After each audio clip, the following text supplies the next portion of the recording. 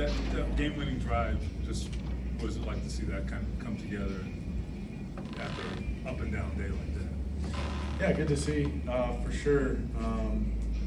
We've had games play out different ways, this season, and this one, we knew it was going to be a competitive game. They're a good football team and a good defense over there. So, it came down the fourth quarter, and good to see us be able to execute in that situation, go down and score, and then great stop by the defense there at the end. Daniel, you mentioned earlier this week that this is an unconventional defense, a little bit with their looks and stuff.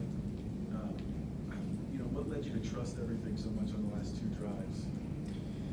I think you still try to see it and recognize what they're playing and where the spots are in certain coverages, and there's traditional parts about it, and there's some unique stuff they do too. So you try to recognize it and still play fast, play with conviction, and throw it with conviction. So try to do that. Our guys made some big time plays. Was there anything different you had to do to prepare for this? Even leading up to the night before, or was it just kind of the same as you've done in these past?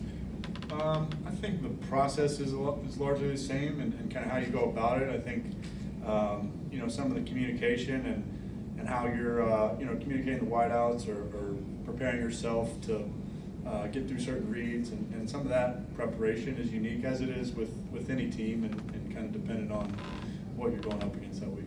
You dealing with the complementary football, would you rather have the ball in your hands to win it, or after doing that, have to rely on your defense? Well, I think you always want the ball in your hands with a chance to win the game. I think that's what we all prepare for and want, especially as a quarterback. You want the ball in your hands to go down and win it, for sure. But I'm not going to complain if the defense stops them and we get a first down deal. You have no control over it. That's true, yeah. Daniel, Shane's talked a lot about your work habits this season. I wonder how that's evolved over your career. Is it more than it was earlier in your career? Have you learned to do it different ways? How has that evolved? I think you just get better at it and more efficient with it. I think I've always spent a lot of time with it. I don't really do too much besides this stuff, so it's always been like that. But I think you get better at what's important or what's key in this situation, or what's critical that we communicate this week, or what's critical that the wideout knows this certain look and have an answer for that. And then communication with Shane, in the same way, is like, if we get a certain look, I'm thinking this, what are you thinking, and making sure we're on the same page that way. So I think the time and effort has been consistent, but you get better at it. You get more efficient in what exactly you're doing and how you're spending your time. You say you don't do a whole lot else. Has it always been like that? When did it start to become outside hobbies? I bet you had none during the season. Yeah, but I think a lot of guys. I don't think a lot of guys during the season, have a ton of hobbies. That's just the nature of it, kind of the way it works in this business. But yeah, pretty much always been that way during the season. Going back to that, you on the Fits and Wits podcast recently. You mentioned how much you learned when you were in Minnesota.